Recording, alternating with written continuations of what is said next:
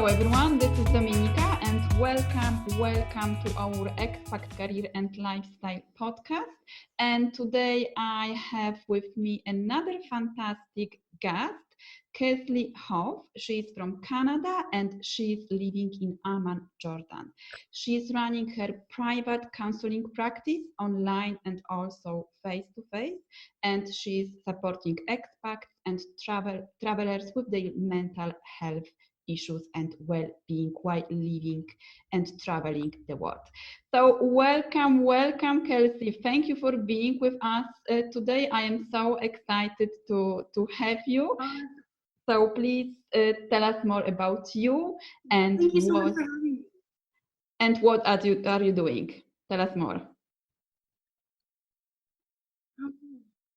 Yeah, well, thank you so much for having me. This is a really big honor to be interviewed by you.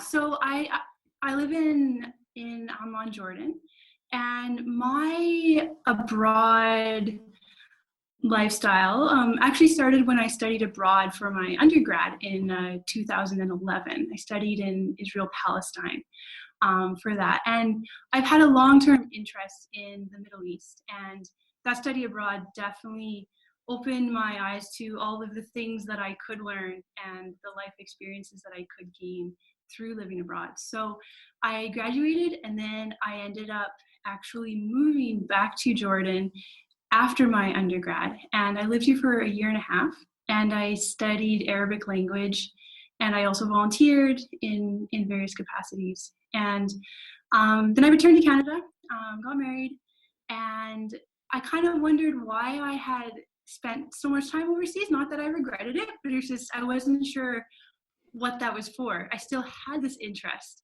but then interestingly, many Syrian families were sent to my city, and I was one of several people in the small, fairly conservative city, not very multicultural, who had kind of an understanding of the Middle East perspective, and I also spoke the same form of Arabic that the Syrians spoke who were coming to my town. So that really sparked again for my husband and I an interest in the region. So we actually returned 2 years ago to Amman in order to study Arabic, and I've ended up starting or joining a private practice, but also starting an online component to a private practice to provide therapy to expats.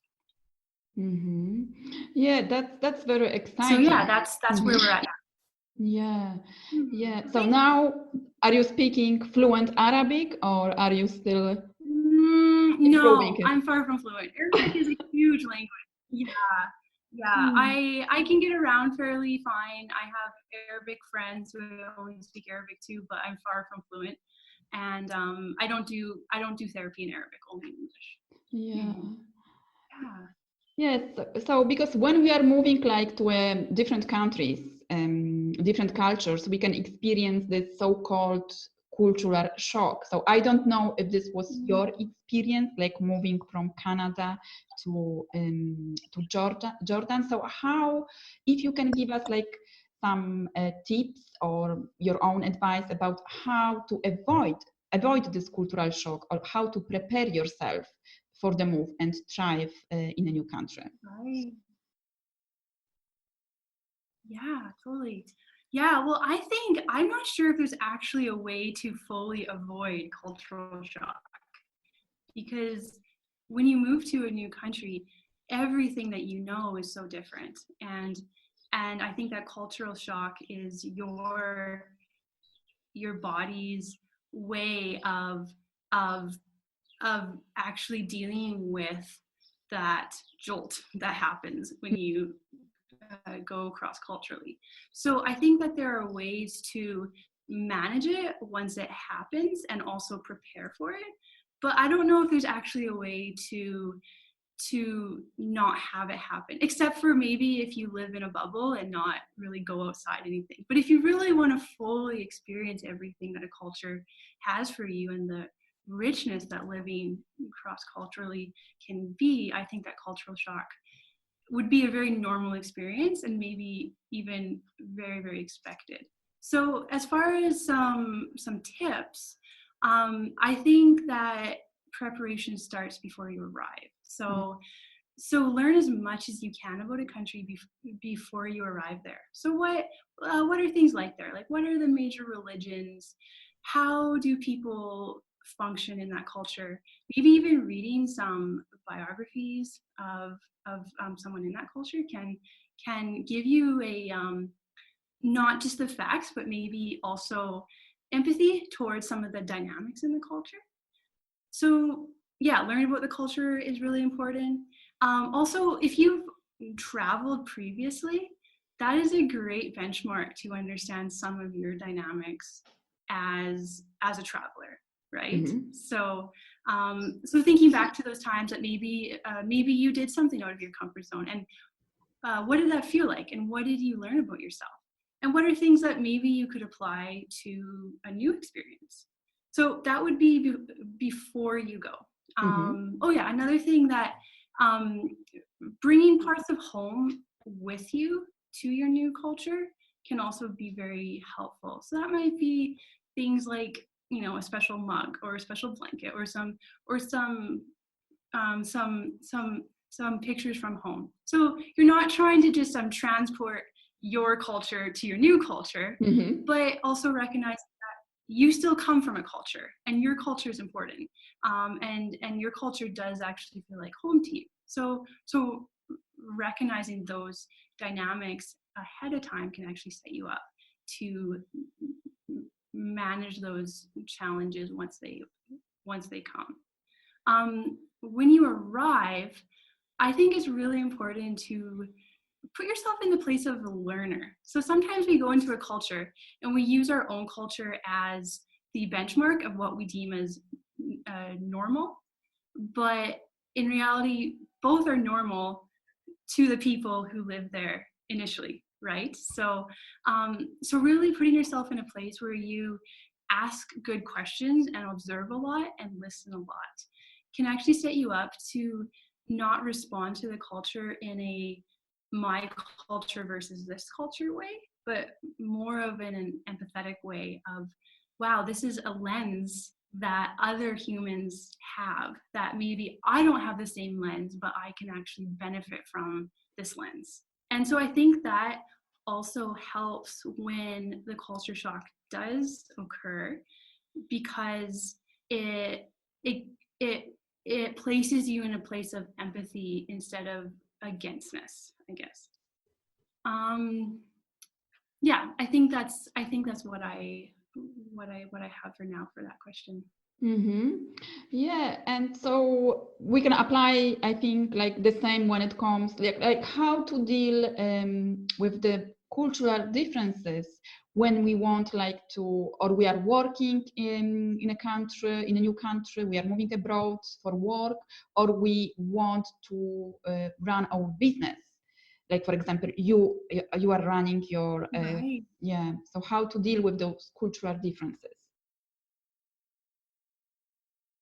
Right. Yeah. It's true that sometimes when those cultural differences happen, that's actually a time that culture shock can make an appearance, because you're trying to do something or you're trying to start something, but then the culture seems to be against you or something, or you can't. Maybe you did something in your own country and it works so well, but now you're trying to do the same thing here and it just doesn't work. And so one thing that I try to do is resisting being offended. Sometimes the first response is, how dare you not respond to this, or how dare this not work here, as if it's a personal jab, but it actually isn't personal. Those cultural dynamics existed long before you arrived, and also giving people the benefit of the doubt that whatever that dynamic was, very likely wasn't intended to be something against you. So giving people the benefit of the doubt that maybe that harsh interaction wasn't intended to be harsh. Or I'm sure all of us expats can think about interactions where we could have thought really poorly of the other person, but then coming to realize that they were actually seeing things from their culture, and it wasn't intended to be the way that we received it from our culture. And also, I think it's really important to do a lot of research into what sociologists have studied about cultures. There's so much information out there about what are the dynamics within given areas of the world. And there are words and frameworks to explain the different dynamics. So when we're given language to understand that, it gives us a perspective to describe what's going on. So gaining that perspective is really important. Yeah, and yeah, I agree with you, like accepting that people like from different countries or different cultures, they can see us or what we are doing from their own perspective. It's not taking it like personally, as you said before. Yeah, so what was your biggest challenge when it comes to your international life and running your practice abroad, and how did you overcome it? Yeah. So as in like what was your own personal, your own like personal challenge? Because you moved from Canada to Amman, to Jordan. So it's I think it's like a different culture. It's a different culture. So what was your biggest challenge? Oh yeah. Yeah. Yeah. I think one of my biggest challenges was, are you familiar with the concept of a low context culture and a high context culture? Yes, I am familiar, but if you can explain more, like for our listeners, so if you can give us like an example, yeah. Yeah, so Canada is a very low context culture. It's okay. There's kind of that view of you be you, I be me, and whatever, and so in Canada there's this sense of there isn't a correct way to do things, and there's a lot of flexibility around the proper way. And then coming to Jordan, which is actually a high context culture, there's a lot less flexibility around how things are done. So that comes out in religion being very much more prevalent than in my own culture. Gender roles. There are proper things for men to do and proper things for women to do. That comes out in the work relationship. It's much more hierarchical, or it really matters what your status is or your role in the workplace, and the way that you present yourself is very, very important. So that was really challenging for me, because I'm very much a just come as you are kind of person, and coming to from a low context culture to a high context culture, I've had to learn what are those things that I need to adapt to and actually change in order to be received well in this culture. And given I'm quite independent, I'm quite stubborn, that's been challenging for me to accept sometimes. But when I have accepted it, it's really neat, the relationships that I can build and the cultural perspective that I gain through that. So when I accept that, I'm suddenly invited into people's homes that I wouldn't be invited into otherwise, or maybe I gain a different perspective because people will share their stories with me because they recognize that I respect their culture. So that's really important to me, but it's not always easy, and it's not always fun. Yeah, I think like respecting each other, and also like learning about different cultures, this can help us, and exploring yourself, also learning about you, how you are reacting, and what you can change, how you can adapt. this can Yeah. this can help. So like, what do you see based on your own experience and also like working with the expat community? What do you see are like the biggest mistakes that expats or travelers are making when it comes to intercultural awareness and also the communication? Mhm. Right. Yeah.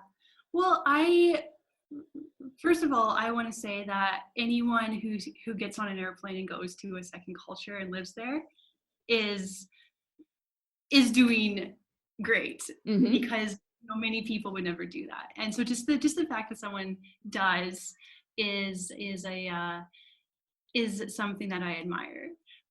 But when in my interactions with expats, sometimes I see how many people get stuck in that rut of using their own culture as a template for what is right or correct. And like I mentioned earlier, that can really set you up for just feeling a lot of negativity all the time. Because if everything is compared to your own culture, then nothing's going to measure up, because it's just a whole different thing. So that would be one thing. I really think that it's important to invest in learning the language. That even to a small extent, ideally learn lots, because your whole world will open up. Even if you can get by using English, like there are certain parts of Amman where you could get by without speaking any Arabic, but I think that's very limiting. It doesn't actually connect you to the standard individual in the country. It only limits you to the demographic who speaks English. So that would be, in my context, that would be more people who maybe have traveled outside of Jordan, or have gone to the more internationally minded schools. So with that, you don't quite, if you don't speak Arabic, you don't really get the perspective of the majority, right? You're only getting the top couple percent. Yeah. If you limit yourself to that area. So I think speaking the language is so important. Also, in understanding the values of a country, a language is actually the mouthpiece of the culture. So without speaking the language, I think you miss out on certain perspectives that are really valuable in the culture. Yeah, so learning the language, it's very important when you are moving abroad to any country. I think it's very important. Even here in Italy, learning Italian it's important. Moving to Poland, Polish is important. So so like how those cultural differences can impact our well-being, like on the mental and emotional level, when we are, for example, working, living, or running our businesses abroad. Yeah, well, so many ways, because it invades everything. It's not just when you go to work, it's a cultural experience, but it's also a cultural experience when you go to the grocery store, or you ride in a taxi. Everything, right? Everything is different, and that difference starts to add up. That after a while, you say, why can't I just go buy bread and not have to stumble through ordering it, or not have to be stared at by people outside, or go wearing whatever I want. And so I think that those everyday pressures, we don't really identify them as, going to get bread is the reason why I cracked, but it's everything combined, right? It's not really about the bread, but it's your entire life. Everything is so different, and everything also requires so much energy. So especially if you're speaking a second language alongside that, it's just you're not able to do what you used to do. So you might actually start feeling like you're not a productive person, because you have these expectations of yourself that you can accomplish this much in a day or this much in a month or a year, whatever. But then you realize that, wow, in this context, I really can't. And some people actually take that very personally, or take that to mean that they aren't really cut out for living abroad, or somehow they're deficient or defective. In the workplace, it can be really, really isolating, both physically and emotionally, because there's, especially if you're one of the only people from your culture or from a Western culture in an Eastern workplace, that that you don't quite understand what the dynamics are in the workplace. You just know that they feel different, and you just know that things just don't go in the same way that you're used to. And so that can also take a toll on your mental health. Also, sometimes, well, very often, issues that you dealt with in the past that you thought were old, things that you never will have to talk about or think about again, sometimes actually resurface when you're overseas. So I think everything combined, it puts you in a vulnerable state for having emotional or mental challenges while you're overseas. And also, a lot of people experience anxiety or depression or other mental health concerns for the first time while they're overseas. All of these things combined. So they go not thinking that they're likely to have any difficulties emotionally or mentally, but then they're quite surprised that, wow, they do experience anxiety intensely for the first time. So yeah, it doesn't surprise me at all that living cross-culturally impacts the emotional and mental well-being of expats. Yeah, and I think, like, as we mentioned, like at the beginning of this interview, like preparing yourself and learning about the culture and knowing that you are going to have challenges and that you are going to see like different habits or different values. So that this is somehow, it will be normal. So preparing yourself, preparation and learning the language. So this can help you, like, to avoid all those mental and emotional challenges, which are like part of our international life. So, but what about, because there's also like let's say a different type of cultural shock, right? Let's say when we are moving back to our home country. So we can see our home country now from a different perspective. And so it's like a so-called reverse cultural shock. And like our family, friends, or like colleagues, they like, for example, they can't understand why we are seeing everything from different perspectives. So what to do with that, like with the reverse cultural shock when moving back home? Right. Yeah. Yeah, great question. And sometimes it's the reverse cultural shock that surprises us so much. Yeah. Because maybe we expect to experience some culture shock when you're in a new country, but then coming home, you're like, oh, everything should be fine because I'm home now. Yeah, exactly. Yeah. But what you don't realize is that while you're away, you actually grew and changed and developed. And then when you return, it's almost like you're stepping into a new culture, because the culture that you used to know and feel so comfortable in, you don't fit into it in the same way that you used to. As well, you're isolated once again, because no one actually knows everything that you've experienced. They expect you to be just like you were before, but now you know that you're different. You have different perspectives. What you experienced overseas has actually really impacted you in sometimes a lot of really, really good ways. But sometimes your home culture or community doesn't recognize it that way. And there's this sense of being off. You don't really know where you fit anymore. So I think it's really important that when you go home, it's really good to find at least one person who can empathize with you.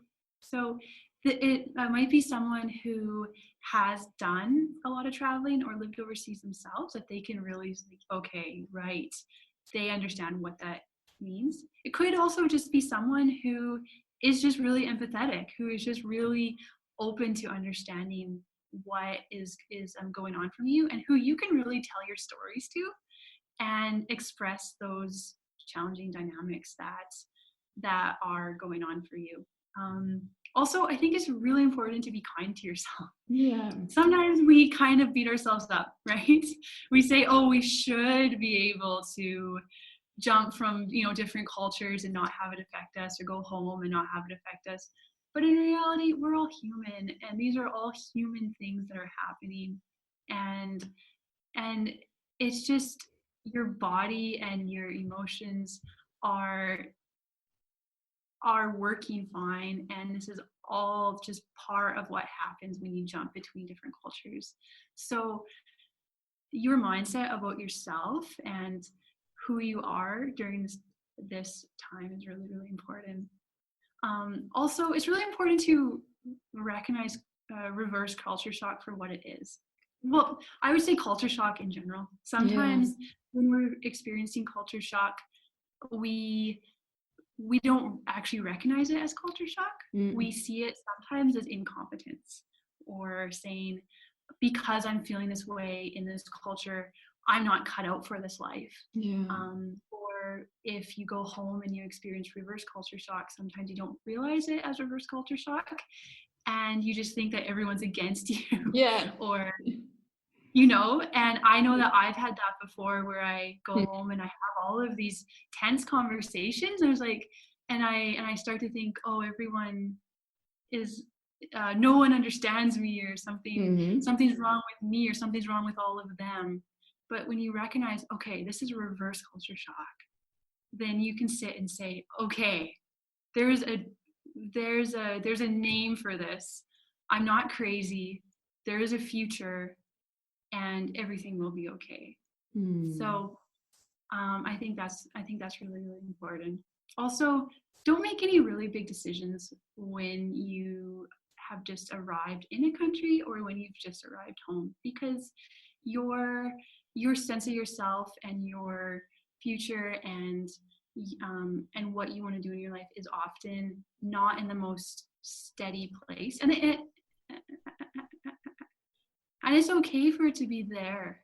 It's okay to feel that way for a period of time, but it might be best to identify it as culture shock, but also relieve yourself of any pressure to make big life decisions during that time.